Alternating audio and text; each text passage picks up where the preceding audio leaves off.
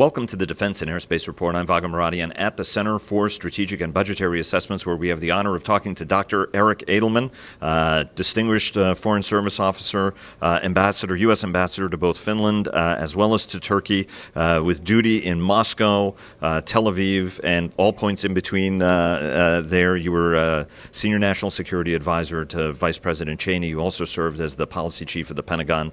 I want to ask you, Dr. Edelman, about your report. It's the second in a three-part series that CSBA is doing on strategy. Andy Krepinovich rolled out his Eurasia strategy one. There was an Asia one. You did the report on U.S. strategy to keep Europe whole and free. Obviously a priority for the succession of American presidents, but certainly since the end of the Cold War.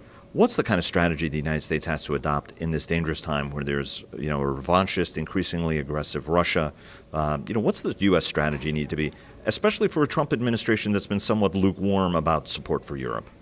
Well, I think in the first instance, we have to recognize that we're in a strategic competition with Russia. I think most administrations since the end of the Cold War have assumed Russia would be a partner in providing security for Europe whole and free. Certainly they wanted that to be the case. It wasn't always clear that Russia actually agreed with that, but since 2014 it's become very, very clear that we no longer are in a world of cooperative security in Europe, but we've got the return of what Secretary Carter called great power competition and competition with Russia. So the first order of business is to understand we're in a competition. Second, I think we need to do some things to reverse the disinvestment that we've had in capability in Europe over the years, so that we can increase the price for any kind of aggression by Russia, say in the Baltic states where they have a conventional local advantage over us, although globally we are still far superior military force. We need to keep energy prices low so that Russia does not have the wherewithal that they had with the windfall they got after the run-up of energy prices after 2003 to finance a large-scale, across-the-board military modernization, both conventional and nuclear.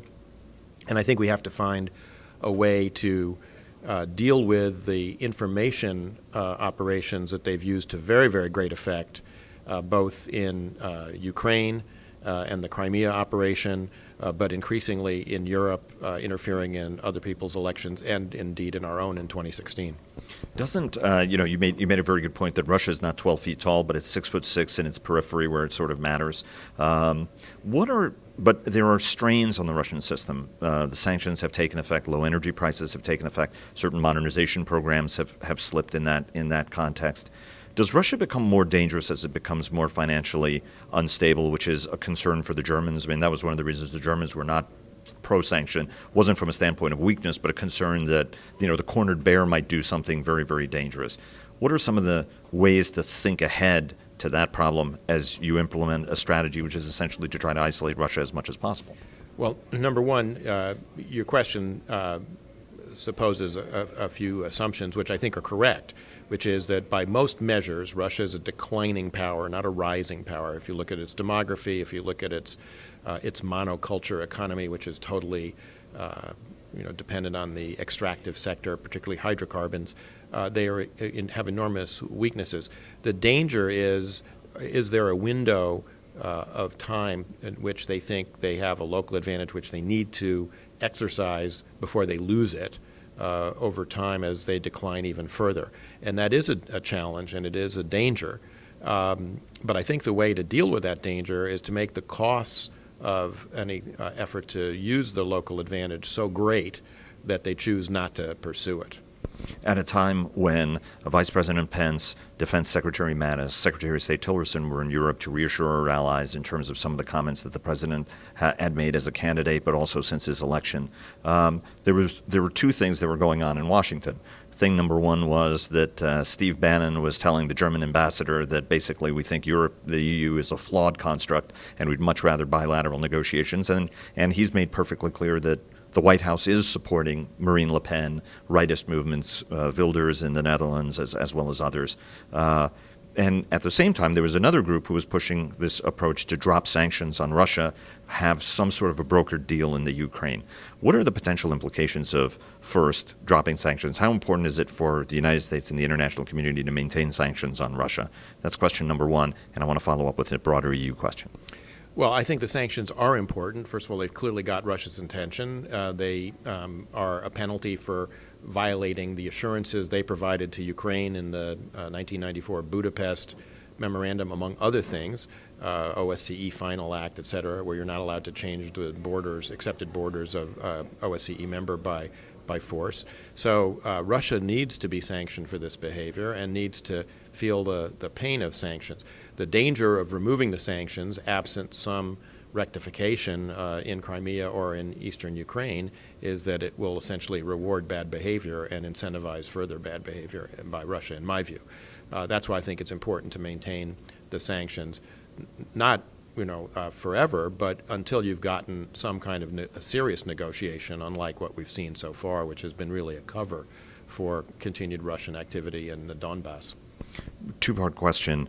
Following up on the EU question, there is a sense, for example, the Vice President met with Junckers. You mentioned his earlier line in 1992, which was nice for those of us who've covered it for a long time. Was interesting to remember it. But the Vice President, Mattis, as well as Tillerson, were driving home the message that the United States supports the NATO alliance, that its core, speaking on behalf of the President, and also that the EU remains important to the United States because of shared history and value and culture. The Vice President said that.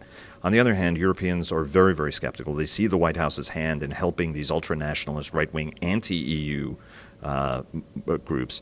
And Secretary Mattis's message was looked as a very destabilizing démarche to the alliance, that the U.S. is going to become conditional, and conditional pretty quickly. He asked for plans by the end of the year in terms of spending.